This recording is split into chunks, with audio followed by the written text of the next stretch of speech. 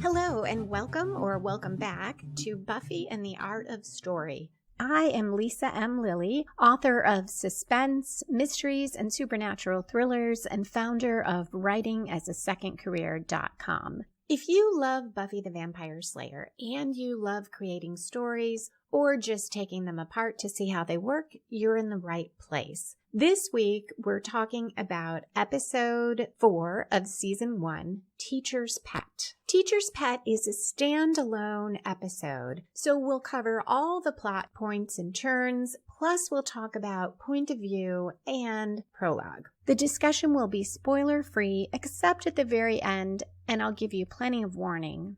Okay, let's dive into the Hellmouth. We start with a prologue. A woman is screaming, a vampire is attacking, Buffy seems really nervous. Already, this scene just doesn't feel right, and I love that about it because although all those things could be happening in Buffy, and this is only episode 4, we already have a sense that the way Buffy is acting just doesn't feel like her. Then we have that confirmed when Xander says, "May I cut in?" and he slays the vampire. So we are in Xander's fantasy. Could be a dream, but we find out it's a daydream because it ends with Buffy saying, "You're drooling." And we cut to the science class where she is really saying, "You're drooling." This is a prologue because it could be lifted out from the main plot without hurting anything because it really is giving us backstory. But it does something key, which is to tell us that at least some of this episode will be from Xander's point of view. And that is, it's not that we haven't seen scenes before that Buffy is not in. Sometimes we've seen scenes with side characters or with the villain, particularly the Master. But they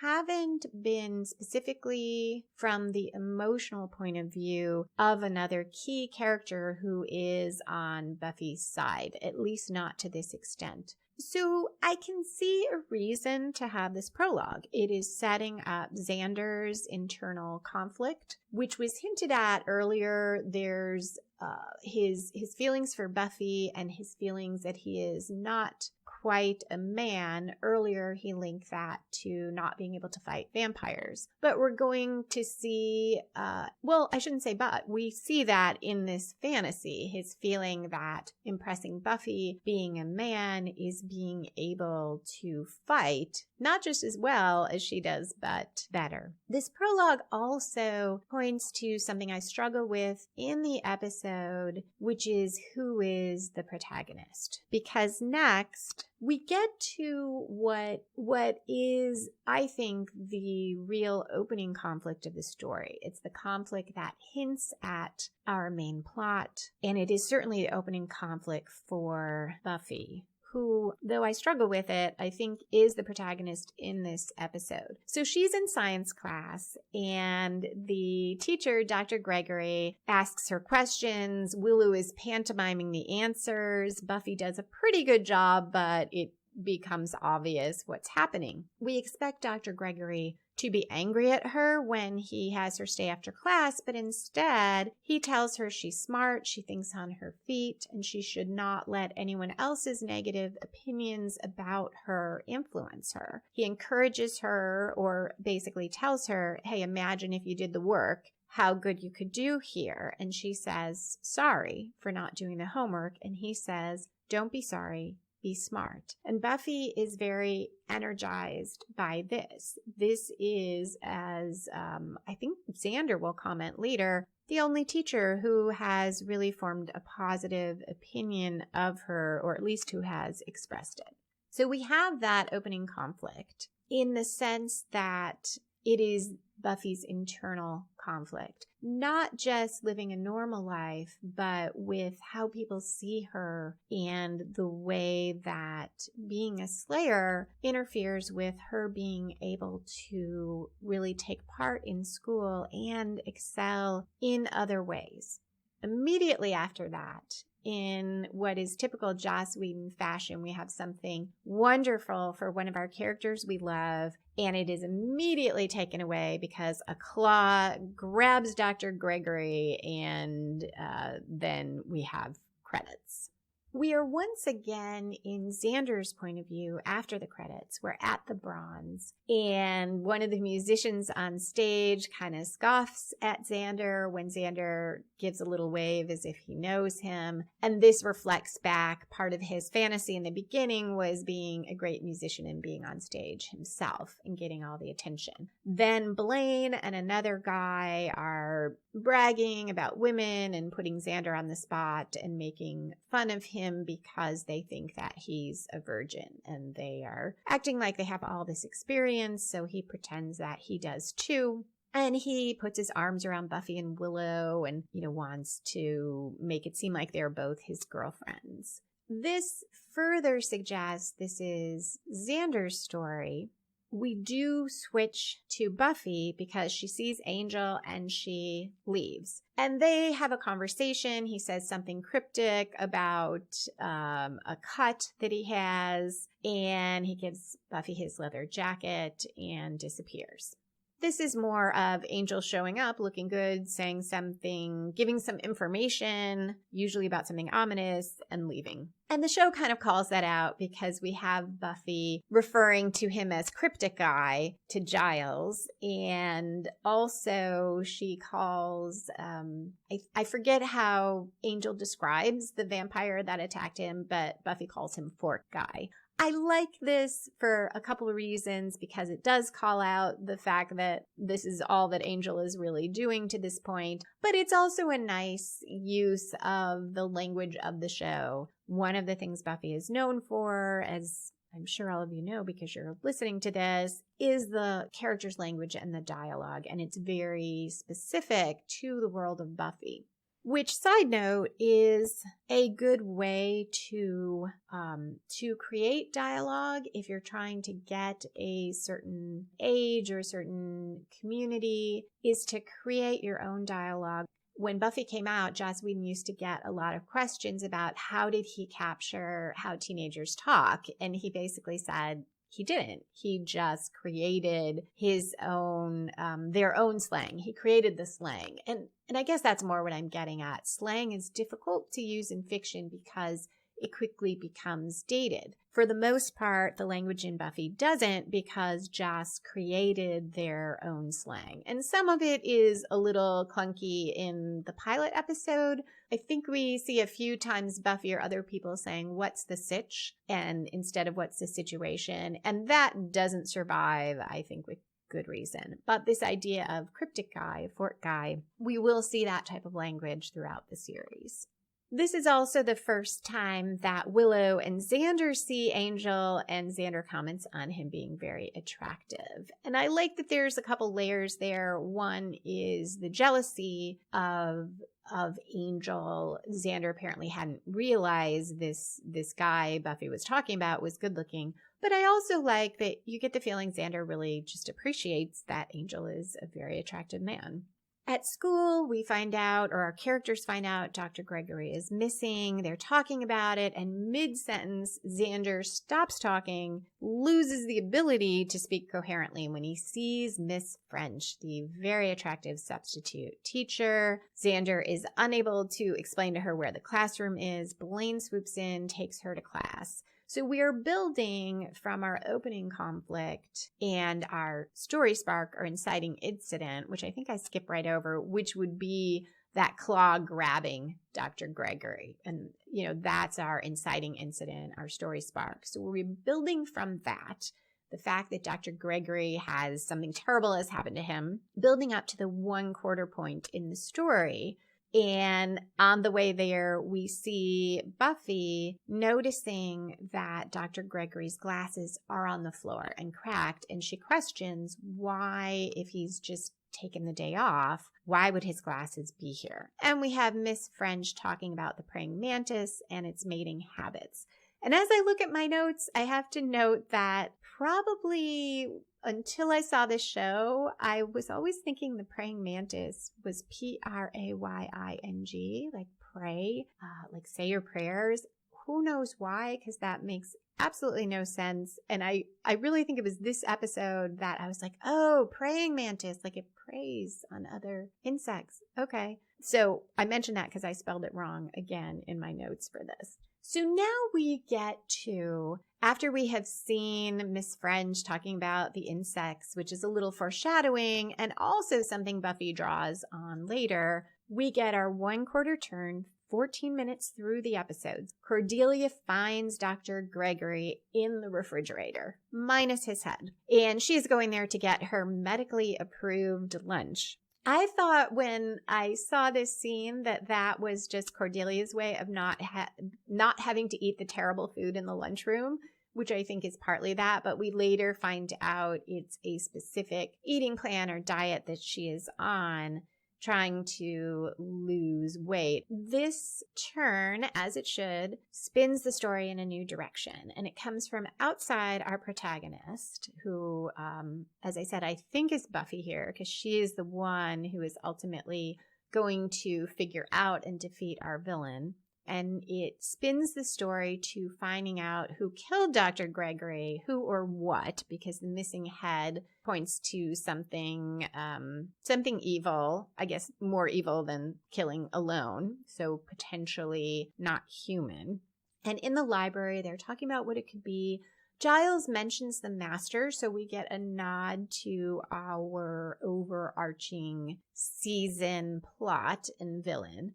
Buffy mentions Fork Guy, and Giles doesn't want her to go back and look for him, but she's thinking because Angel warned her about him that maybe he is the reason. He is the one behind this. It's really sort of that we don't have a lead, so let's check out this. So Buffy goes to the park despite Giles' warning. She fights with Fork Guy, and the police scare him off, which is one of the rare times we see the police in Sunnydale, and it's sort of interesting that scares the vampire off. But, maybe.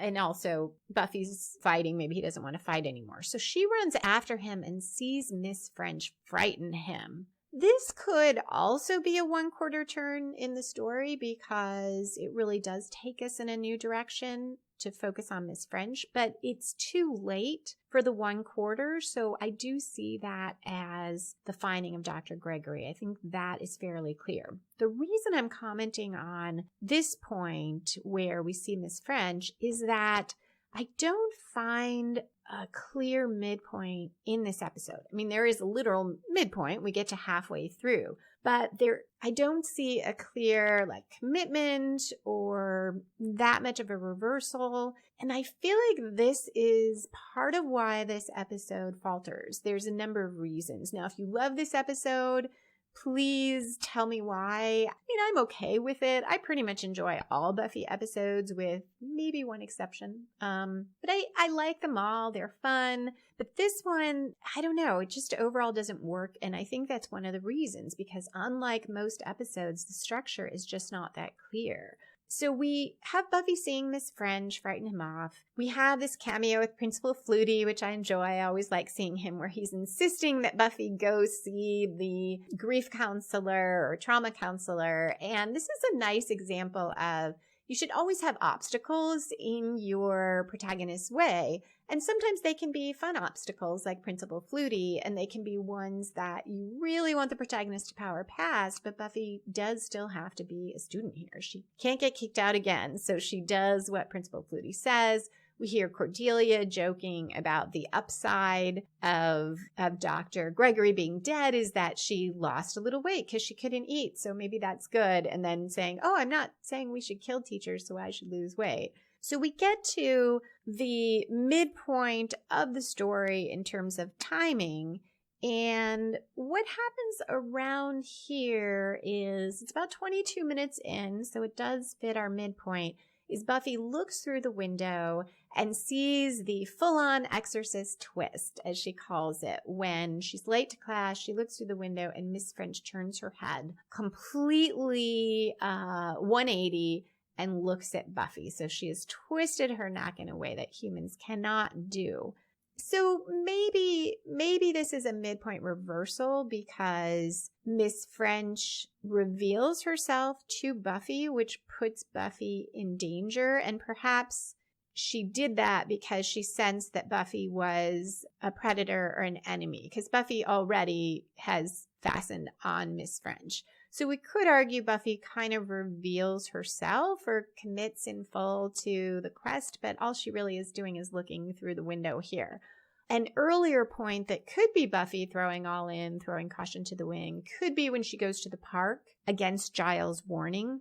But that, one, it happens before the midpoint, and two, it just doesn't seem like that big a deal. In fact, she even says to Giles, yes, I didn't listen to you, get over it. It doesn't seem big enough. So we move on from there. This does definitely change and drive the story forward because now Buffy, she knows there's something wrong with Miss French, and Buffy is the one drawing on what she learned in science class and researching in books. She figures out that Miss French is like a giant insect, a shapeshifter. Giles puts it into the terms of shapeshifter. She can shift into an insect.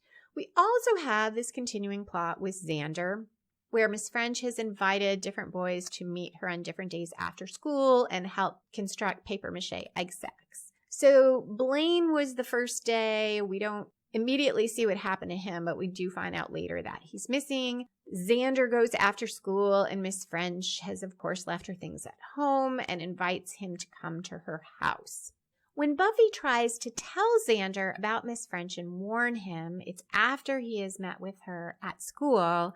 He thinks she's jealous. So here is where we are seeing it mostly from Buffy's point of view here, but it is key for Xander as well, because he first is saying, oh, I get it. Of course, you're jealous because now someone else wants me and you can't have me and now you want me. And then we see this shift where he realizes, no, Buffy really isn't jealous. And then he's mad because he says, fine, you just can't believe this woman's interested in me when you're not. From Buffy's point of view, this interaction is key because it is what convinces her that Xander's okay, because he's already gone to see Miss French and he's still alive. So they aren't too worried about Xander. Buffy and Willow aren't too worried about Xander at first. Now we have a lot in Xander's point of view. He's at Miss French's home. She is seducing him. She drugs him. We hear someone yelling in the basement. This whole scene is mostly played for laughs. We do see that Xander flashing back to his daydream about Buffy. So we know that even though he is so attracted to Miss French, he is also still thinking about who he really wants to be with is Buffy. Xander wakes up in a cage next to Blaine. And we then have Giles revealing Miss French will only prey on boys or men who are virgins. And there was a funny line from Buffy, not on the virgin part, on Giles, who is going on and on about the backstory, or you wouldn't call it backstory, the history and the details. And Buffy says, Giles, while we're young. I just really like that line. So now we are roughly at the 3/4 point of the story, which is about 34 minutes. And again, I'm having a little bit of trouble figuring out what the plot turn specifically is here. I mean, things are happening and changing, but I'm not sure anything really spins the story in a new way. It could be that reveal that Miss French only preys on virgins. That doesn't really change anything that happens. She's already captured Xander and Blaine. They've already figured out she's a shapeshifter. It's not as if Buffy's not going to go after her if she's just preying on anybody who's a virgin or not a virgin. So it doesn't really change anything. Buffy finds out she can kill Miss French by dismembering her. And that, it doesn't change that much. Okay, so she can't just use a stake. But again, she still has to find Miss French. If we go back to Xander's story, there is a significant plot turn, which is Miss French, the switch from her being there to seduce Xander to drugging him and throwing him in a cage. So that is a plot turn. And I feel like this is part of why it's fuzzy here. Who is the protagonist? Is it Buffy or is it Xander? Because we could argue earlier Xander threw caution to the wind by agreeing to meet Miss French at her home. So his story has more clear structure to it than the story about Buffy. So now Buffy has to find Miss French, and we should be racing from the 3/4 turn to the climax. But since she doesn't know where Miss French is, we have her going to the address that is in the school records. We find out this is a retired substitute teacher named Miss French, so the shapeshifter has stolen her identity. Buffy goes back to find Fork Guy because she thinks, he can probably track Miss French. This also feels like a bit of a letdown because he has been built up to be very dangerous. He caught Angel and survived. He fought Buffy and survived. Granted, he ran away when the police came, but still, we don't usually see Buffy fighting vampires and they get away. So we think that he's pretty powerful, and yet she subdues him seemingly pretty easily and gets him to take her to Miss French's house. Now, perhaps it's because Xander's in trouble, but we don't really see that. So we just have this supposedly super dangerous vampire that Buffy is able to control. We do see Xander prying a bar out of the cage so he can fight Miss French, so he is certainly being active. And then we have Buffy breaking in. And there is probably my favorite thing in this episode. Buffy has figured out that bat sonar will affect Miss French's nervous system and partially disable her. So she sends Giles off to record it, and she's got this little mini recorder with her, and she goes to play the bat sonar very dramatically, and it's a lecture or talk that Giles is giving, and the tape is on the wrong side. So those of you who haven't seen them, there used to be these little mini tapes, and people would dictate sometimes at work, would dictate something onto them. Their secretary would type it, or people would take notes that way. So she flips the tape, and I realize you understand what a tape is. I just thought that's kind of interesting because I used to have one of those. Anyway, she struggles. She has to flip the tape. She fights. She eventually gets that sonar to work, disables Miss French, and chops her up and kills her. So that is our climax between Buffy and the villain. So now we are in the falling action. Xander admits that he was an idiot. He should have listened to Buffy. Willow comments on how terrible it is that Miss French preyed only on virgins, and Xander and Blaine are very embarrassed, and Giles confirms it, and Blaine says, "My dad's a lawyer, no one better say anything about this." And Xander, seemingly out of anger over the virgin aspect, but maybe he was going to do this anyway, now destroys all these eggs in these egg sacs. So that could be the climax of Xander's story, but it happens after our actual climax, so it's kind of the definition of anticlimactic. We also have Angel and Buffy flirting a little bit in the bronze. We have the new science teacher and kind of generic, and Buffy is bored, and we see her find Dr. Gregory's glasses and tuck them into the lab coat hanging on the door. So we get that feeling of Buffy still remembering Dr. Gregory, and we hope that she will take with her the encouragement he gave her and what he told her he saw in her. So let's go to the big picture on this episode. I've already commented that the plot structure here isn't all that clear. Now, you can certainly argue that there's no reason a writer has to use the plot structure that I like to follow, but I will say you see it in almost every movie, book, certainly any genre book, but even literary fiction, I will see sometimes these plot points. And maybe it's because I like well-structured stories, so that's what I gravitate toward. But generally, if you have a very powerful story, it follows that structure. At the very least, your protagonist should be clear, and here it's not, maybe there's just too much of a split between Buffy the protagonist and Xander's own story arc and plot. You can certainly have stories for more than one character, but I think this is an example of where maybe the balance didn't quite work as well as it could have.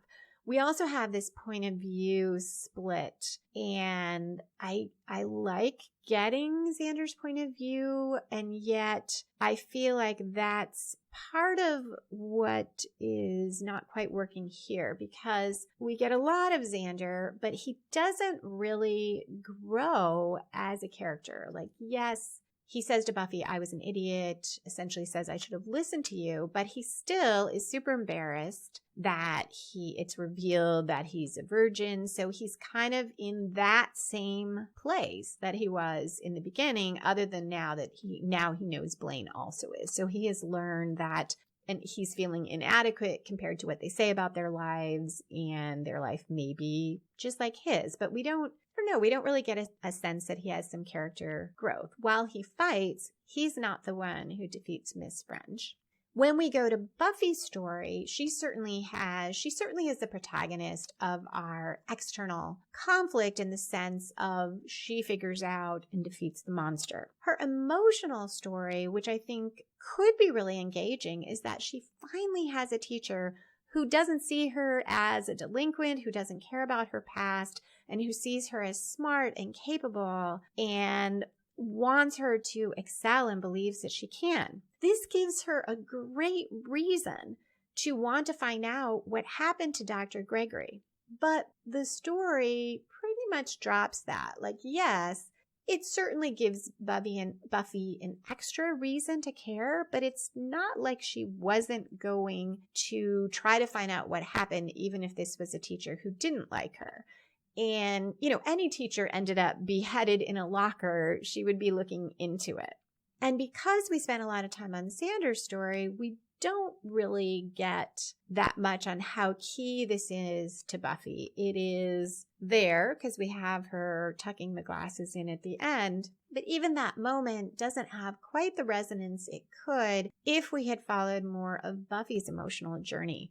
So I'm not saying that you had to do that or it should have been written differently, but I feel like there is this tension here between these two stories, neither of which is really fully developed. For an episode that goes into Xander's point of view and still has another story, listen to the spoilers section and I'll talk a little bit about that.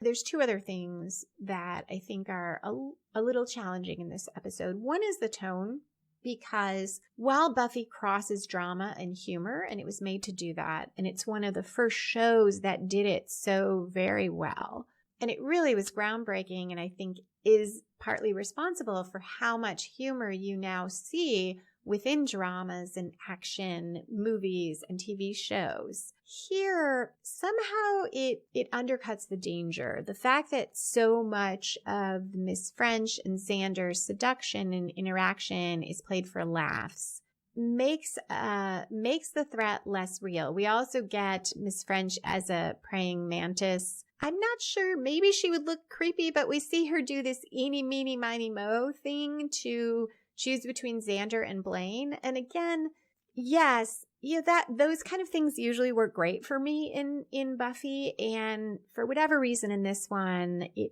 to me just makes the praying mantis look a little too silly. Plus the whole episode more or less just seems to be 45 minutes of the joke about Blaine's a virgin, even though he's pretending so much to Xander. And there's also this, I guess, implication Dr. Gregory was a virgin also. And I think, well, does that matter? Like, why? Why is that there? I don't know. Which leads me into maybe what I'm struggling with is less the tone and more the metaphor. For me, Buffy is strongest when the metaphor works. The big picture metaphor of our seasons in high school is hell, right? And that makes it so emotionally compelling. Here, what is the metaphor we're working with? It could be we have this teacher who is a praying mantis, so she preys on students. So it could be a metaphor for a teacher inappropriately preying on her high school students sexually. And the difficulty with that, I think, is that it's played for laughs. So we don't have the fear factor there. And some of this is because the dynamic is a woman teacher and boy students. And particularly decades ago, I think there was a very real sense of, oh, if a male teacher preys on girl students, that is problematic. That is dangerous. But an attractive, youngish female teacher preying on her boy students is a gift to them. In today's world, we see more concern about this. So maybe I'm doing that thing that I generally don't like doing, which is trying to critique Buffy from 20 some years later and holding it to looking at it in the context of today. But even if you set that aside, the fact that now we might have more concern for a woman teacher who goes after her male students, it still is, because it's played mainly for the joke, we still don't get that sense of menace. So I feel like the metaphor sort of falls apart, because we even textually have Buffy and Willow are joking about boys being too dumb to see what's happening when older women are coming on to them. And Xander, as I mentioned, destroys these egg sacs after that comment, after learning about the virgin aspect of it, suggesting that that's what's driving it, his embarrassment. Probably overall, it's that the show as a whole hadn't quite found its tone yet. So it could have done this as a very dark metaphor. And maybe initially that was the thought, or maybe that was an option on the table, and it veered campier instead. And normally the camp in Buffy, I think, works pretty well. And here is one that just didn't work for me. And maybe it worked better for other viewers, or perhaps worked better at the time. It's hard for me to recall my first viewing of it. I just know that anytime I have rewatched the series, when this one comes up, I'm like, okay, I'll watch this because I like to watch them all in order, but I'll probably just have it play while I'm washing dishes or doing laundry or something like that. And unlike some other episodes that I feel that way about and then get drawn in anyway, this one I'm always like, okay. Switching to the DVD set, there isn't any interview about this one. I think I mistakenly said last episode the interview about the witch was also about this. It was about the witch and our next episode, Never Kill a Boy on the First Date.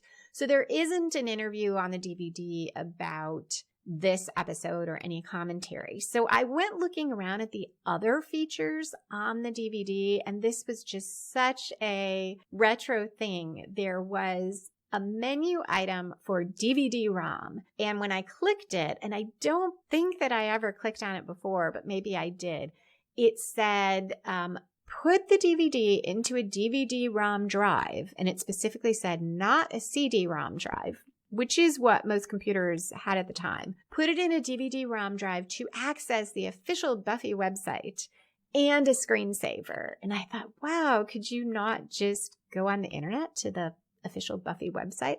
I'm sure you must have been able to by then, but maybe most people didn't know how to find it.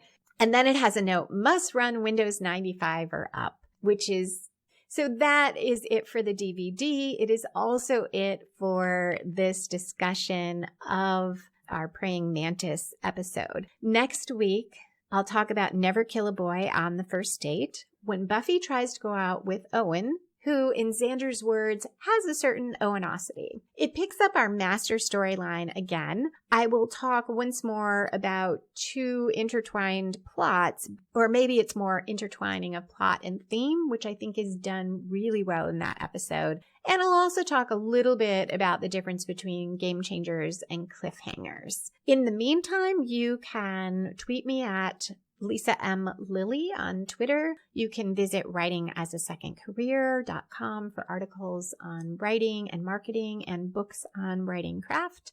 Or you can email me your thoughts, Lisa at lisalilly, LILLY.com. Now we'll have a very short spoilers section. So if you don't want to hear spoilers, I hope I will see you next week. So the only real spoiler here is I did want to mention the season 3 episode in Xander's point of view. That is the episode. One, it includes Faith, who I always enjoy. And it is where there are zombies who, I guess not exactly zombies. This is the gang that kill themselves and come back to life. I guess that does make them zombies, but they're pretty intelligent. And Xander gets mixed up with them. So while there's another plot going on with Buffy saving the world yet again from an apocalypse, we have Xander trying to save himself and stop a plot to detonate a bomb. And there, I feel like the point of view, the Xander point of view, works much better, or as I should say, I am more engaged by it. And there is a clear protagonist. It is clearly Xander's episode. And the other plot is still there, and we get pieces of it mainly from Xander's point of view. So I feel like that is a really good example of perhaps what they were maybe not trying to do in Teacher's Pet, but were maybe experimenting with point of view and then nailed it later on. So if you haven't watched that one and you want to juxtapose the two, you could watch the season 3 episode, but I apologize, I'm forgetting the name of it. So I'm sending you on a hunting mission to figure out which one that is. That is it for today, and I hope you will come back next week for Never Kill a Boy on the First Date.